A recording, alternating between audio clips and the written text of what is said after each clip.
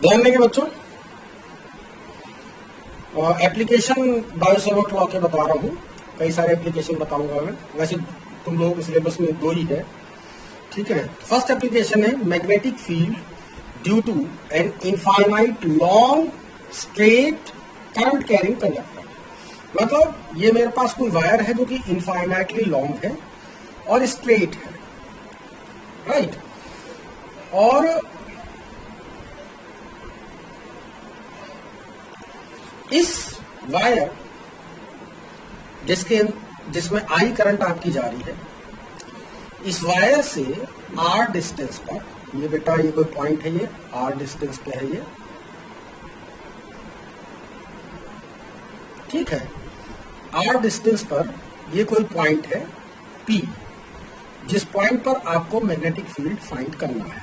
इस point P पर आपको मैग्नेटिक फील्ड फाइंड करना है।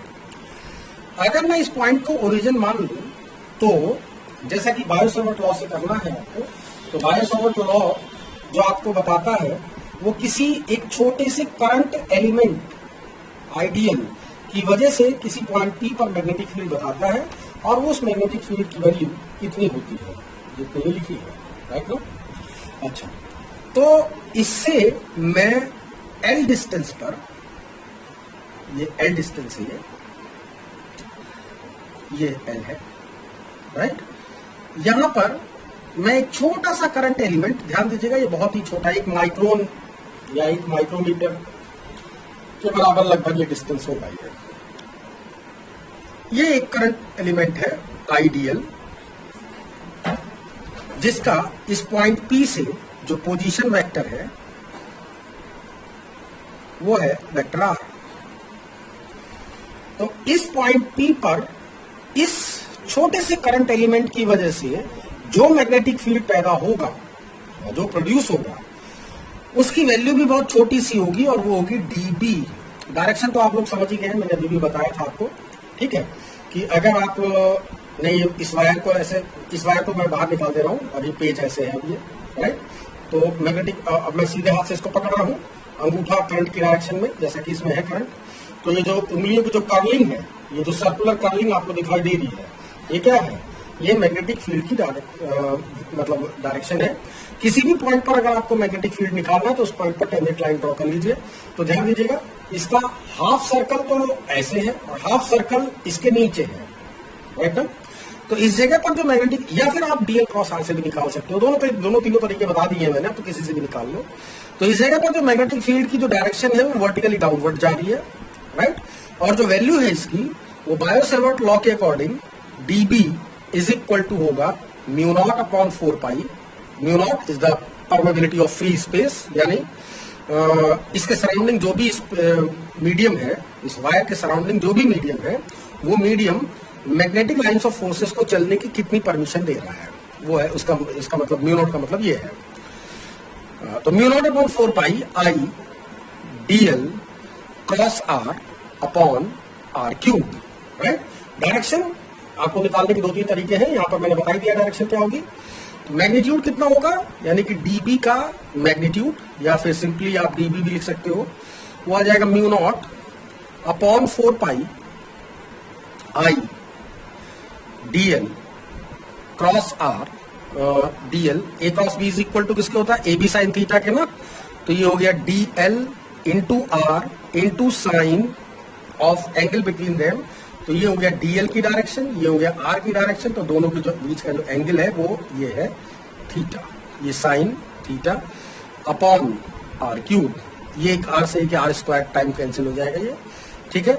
और आपके पास जो रिजल्ट आएगा वो dB is equal to mu not upon 4 pi I dl sine theta upon R square. अब अगर आप इसको इंटीग्रेट कर लो dB को, तो इस पूरे की वायर की वजह से आपको मैग्नेटिक फील्ड पता लग जाएगा।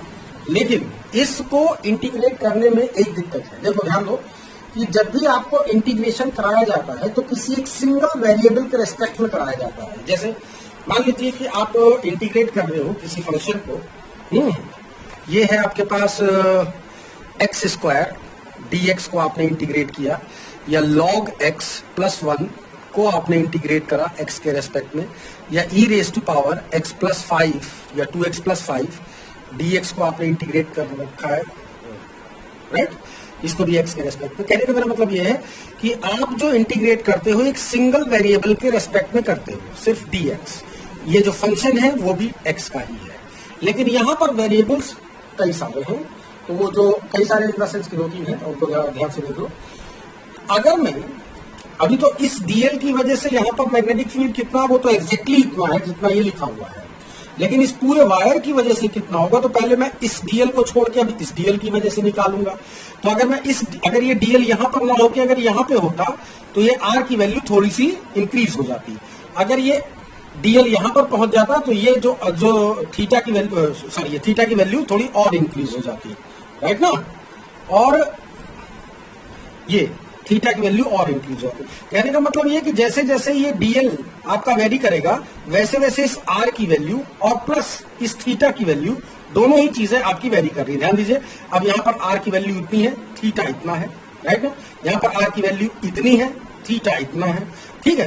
तो यानी कि जब यहाँ पर क्या होगा, इस जगह पर यहाँ पर r की वैल्यू इतनी है, थीटा की वैल्यू जो भी आएगी, यहाँ पर जब dl आपका यहाँ पर पहुंचेगा तो क्या होगा, r की वैल्यू इतनी हो जाएगी और थीटा ये एक्यूट एंगल बन जाएगा। अभी तक ऑब्ट्यूज था, एक्यूट एंगल बन गया है, ठीक है। कहने का मेरा मतलब ये है कि यहाँ पर दो वेरिएबल अभी इस टाइम पे आपके सामने आ रहे हैं, एक तो r और एक थीटा। आप इस क्वेश्चन को एक सिंगल वेरिएबल के टर्म में पहले तो कन्वर्ट करिए, तो उसके बाद ही ये इंटीग्रेशन इसका पॉसिबल है, ठीक है। तो इसके लिए मैं इस ट्राइंगल को यूज कर रहा हूं, मैं ओ पी, मैं इस पॉइंट को अगर आप कहो तो मैं एम लिख दूं, है ना। In triangle, in fact in right angle triangle OMP, right, इस राइट एंगल ट्राइंगल की बात कर रहे हैं, ठीक है। अच्छा, तो इसके अंदर एक बार tan अप्लाई करिए, एक बार sin अप्लाई कीजिए, ताकि जो है मतलब कोई से भी दो आप जो ट्रिग्नोमेट्रिकल रेशियोज हैं किसी भी दो को अप्लाई कर लीजिए, तो उससे आपका काम बन जाएगा। अगर ये एंगल थीटा है तो ये कितना होगा बेटा, 180 माइनस थीटा, राइट। तो tan अप्लाई कर रहा हूं मैं, tan 180 minus theta is equal to किसके है, perpendicular that is r upon base that is l, right. तो ये बन गया आपका minus cot theta is equal to r by l, या फिर l इज इक्वल टू हो जाएगा, कॉट कैसे बन रहा है, टेन ही बनेगा ये, right, minus r cot theta. इसको डिफरेंशिएट कर लीजिए with respect to theta, then dl over d theta is equal to हो गया, किसके बोला, किसके आएगा बेटा, ये माइनस r कॉट का कितना होगा, माइनस कॉसेक स्क्वायर थीटा। तो dl is equal, minus minus plus हो गया, dl इज इक्वल टू आ गया r cosec square theta d theta, right. तो ये तो हो गया इसकी वैल्यू। अब आ जाइए जरा साइन की भी इस पर अप्लाई कर लीजिए, sine 180 minus theta is equal to किसके होगा, इसमें साइन 180 माइनस थीटा किसके आएगा, base upon hypotenuse that is l upon r, right. तो r इज इक्वल टू किसके आया, l कॉसेक थीटा। अब ये अगर मैं दोनों वैल्यूज, ये r की और ये dl की, अगर मैं यहां पर उठा के पुट कर दूं तो db की वैल्यू हमें पता लग जाएगी एक सिंगल वेरिएबल में। तो db इज इक्वल टू हो गया mu not upon 4 pi i, dl की जगह से ये वैल्यू पुट करेंगे जरा, r cosec square theta, sine theta अपनी जगह पर है ही ये पहले से ही, sine theta divided by small r, तो स्मॉल r की वैल्यू ये है, ठीक है। स्मॉल r हो गया आपका, हाँ कुछ गड़बड़ हो रही है ना, साइन परपेंडिकुलर अपॉन हाइपोटेनियस होगा, r अपॉन स्मॉल r आएगा ये, तो स्मॉल r की वैल्यू आ गई है कैपिटल R, ठीक है। तो रखेंगे हम r कॉसेक थीटा का whole square, is that clear. इस कॉसेक स्क्वायर थीटा से ये कॉसेक स्क्वायर थीटा पूरा कैंसिल हो जाएगा, और एक r से ये r स्क्वायर में से एक r कम हो जाएगा आपका, तो ये जो बनेगा आपका overall db is equal to mu not upon 4 pi, right, i sine theta upon r, सिर्फ ये बच रहा है, ठीक है। अब आप ध्यान दीजिए, ये सब चीजें कांस्टेंट है, म्यू नॉट कांस्टेंट, 4 पाई कांस्टेंट, करंट कितनी फ्लो हो रही है वो कांस्टेंट, कैपिटल आर कितने डिस्टेंस पे आपको मैग्नेटिक फील्ड निकालना है वो भी कांस्टेंट। तो बचता क्या है, सिर्फ और सिर्फ एक ही सिंगल वेरिएबल बच रहा है थीटा। आपने थोड़ा सा ये गलती कर रखी, ये R cosec square theta D theta, तो ये आर कॉसेक स्क्वायर थीटा, ये डी थीटा भी लिखना था यहाँ पर, तो overall sine theta D theta आपके पास बच रहा है। ठीक है, अब आप इसको आराम से इंटीग्रेट कर लीजिए, एक सिंगल वेरिएबल है, आराम से आप इसको इंटीग्रेट कर लेंगे हम। तो इंटीग्रेटिंग, तो B इज इक्वल टू किसका आएगा, integration of D B, net magnetic field अगर आप निकाल रहे हैं तो B इज इक्वल टू हो गया mu not upon 4 pi I by R integration of sine theta D theta, right ना। अब इसकी लिमिट जो लेनी है आपको थीटा से, वो कैसे लेनी है, अब इस डीएल को वेरी कराइए जरा। अपर लिमिट इधर की तरफ मिलेगी, लोअर लिमिट नीचे की तरफ मिलेगी। तो जरा ध्यान दीजिएगा बच्चों, अगर ये डीएल इस जगह पर ना होके अगर ये थोड़ा और आगे हो तो थीटा की वैल्यू थोड़ी और इंक्रीज हो जाएगी, अगर ये यहां पर हो तो थीटा की वैल्यू और इंक्रीज हो जाएगी, अगर ये यहां पर हो तो थीटा की वैल्यू और इंक्रीज हो जाएगी। और चूंकि ये इनफाइनाइटली लॉन्ग है तो असल में ये थीटा किधर की तरफ वेरी कर रहा है, ये एंगल इनफाइनाइट में जाके ये एंगल कितना हो जाएगा, ये 180 डिग्री। तो अपर लिमिट जो है वो 180 डिग्री है, राइट। नीचे की तरफ बात करेंगे हम, जब ये डीएल नीचे की तरफ आएगा, मान लीजिए डीएल यहाँ पर है इस जगह पर, तो ये थीटा की वैल्यू पहले से कम हो गई, और नीचे लाएंगे यहाँ पर थीटा की वैल्यू 90 हो गई। अब अगर ये डीएल इधर की तरफ आ जाए तो ये थीटा की वैल्यू एक्यूट एंगल बन जाएगा ये, और थोड़ा नीचे जाएंगे तो ये थीटा और ज्यादा कम हो जाएगा, और थीटा नीचे जाएंगे तो ये थीटा और कम हो जाएगा। और इनफाइनाइट को जैसे जैसे जाएंगे आप, जैसे जैसे इनफाइनाइट को पहुंच जाएंगे वैसे वैसे ये एंगल थीटा इधर की तरफ जीरो की तरफ टेंड कर जाएगा, यानी कि ये हो गया 0 डिग्री। तो लोअर लिमिट हो गया 0 डिग्री, अपर लिमिट हो गया इसका 180 डिग्री, राइट। तो then B is equal to mu not upon 4 pi I upon R sine theta का कितना होगा बोलेंगे, minus cos theta from 0 to 180। तो upper limit minus lower limit put कर लीजिए यहाँ पर, मेरे पास वहां पे जगह नहीं तो मैं यहाँ लिखते रहूं। तो B इज इक्वल टू हो गया mu not upon 4 pi I by R upper limit minus cos 180 degree minus minus cos lower limit है 0 डिग्री कॉस 0 डिग्री। तो ये हो गया B is equal to mu not upon 4 pi I by R. ये कितना है बेटा, cos 180 की वैल्यू -1 माइनस माइनस कितना हो जाएगा, ये प्लस। कॉस 0 की वैल्यू कितनी है 1, और ये माइनस माइनस कितना हो गया प्लस, तो अगेन +1 यानी कि हो गया 2 से ये 4 कट जाएगा 2 बार, और आपका जो आंसर आ जाएगा B is equal to mu not upon 2 pi I by R. ये आंसर आपके पास आ जाएगा इनफाइनाइटली लॉन्ग वायर। अगर ये वायर इनफाइनाइटली लॉन्ग ना होता, अगर सिर्फ ये फाइनाइट लेंथ होती इसकी, फॉर एग्जाम्पल इसकी लेंथ यहां से और मान लीजिए यहां तक होती, ये पॉइंट X, ये पॉइंट होता Y, राइट। अगर ये सिर्फ यहां से यहां तक होता तो एक बात बताइए, अपर लिमिट में कहां तक ले सकता था, फिर उस कंडीशन में अपर लिमिट सिर्फ यहां तक आती। जरा ध्यान देंगे सभी लोग, ये एंगल होता θ1 अपर लिमिट, और लोअर लिमिट क्या होता, अब लोअर लिमिट आपकी ये वाली आती θ2 तक। भाई इनफाइनाइट था तो ये एंगल आपका 180 तक टेंड कर गया, इधर वाला 0 तक टेंड कर गया। लेकिन चूंकि फाइनाइट लेंथ है तो कोई फाइनाइट वैल्यू तक जा रहा होगा, θ1 टू θ2, राइट। तो अगर ऐसा हो तो ध्यान दीजिएगा, पूरा का पूरा डेरिवेशन एज इट इज वैसे का वैसे ही रहना है, क्योंकि जो बायोसेवर्ट लॉ कह रहा है वो तो वैसे ही रहेगा, उसमें तो कुछ चेंज कर नहीं पाओगे तुम लोग, ठीक है। लेकिन तो ये लिमिट लगा रखी है मैंने 0 टू 180, ये लिमिट बस आपकी अपर लिमिट θ1 चली जाएगी, लोअर लिमिट आपकी θ2 तक जाएगी, ठीक है।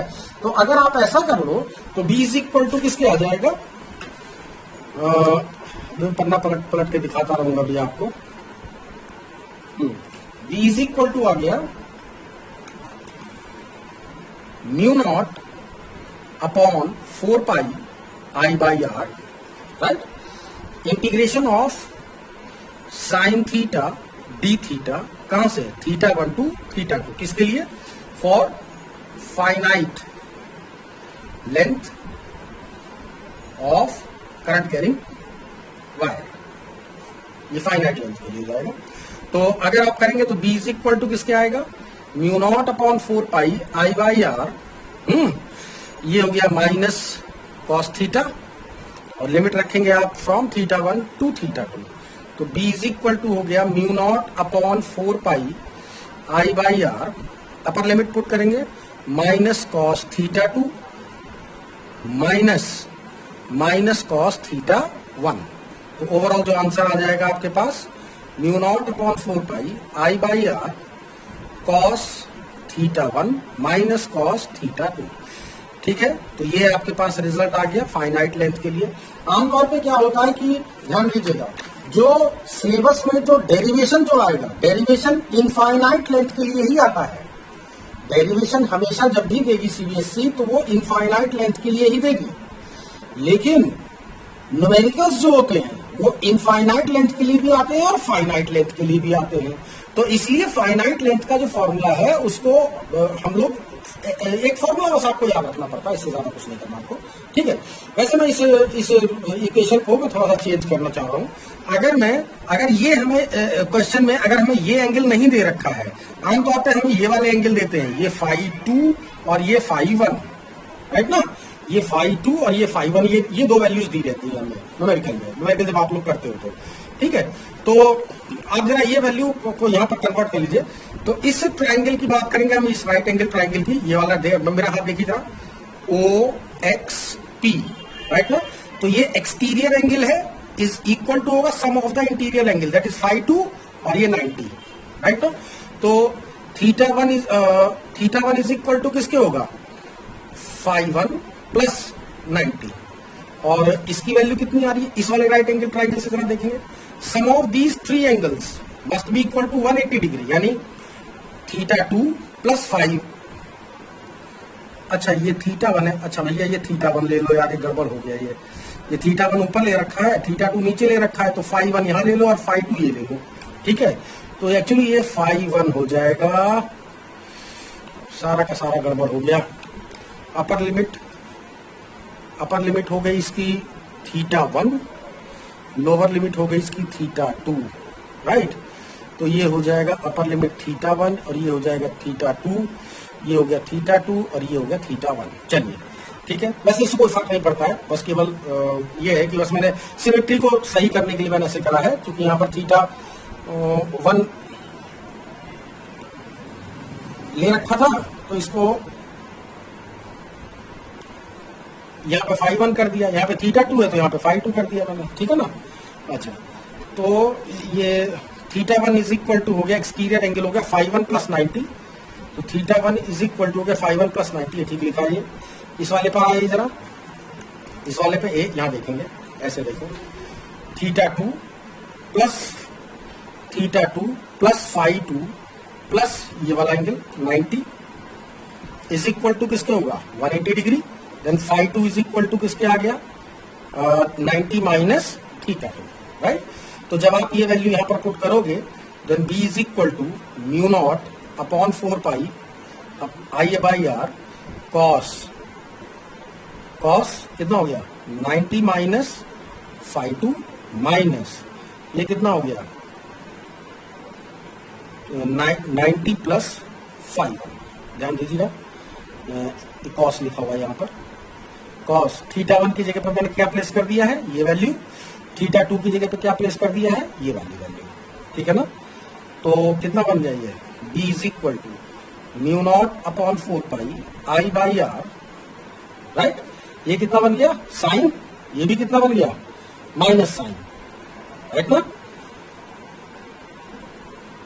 ये माइनस साइन ये साइन, तो कितना आ गया साइन, इधर वाला फाई 1 आ जाएगा, और ये कितना आ गया प्लस साइन फाई 2, ठीक है। तो ये फाइनाइट लेंथ के लिए आप चाहे तो ये फॉर्मूला भी यूज कर सकते हो, बात समझ में आ गई ना, ठीक है।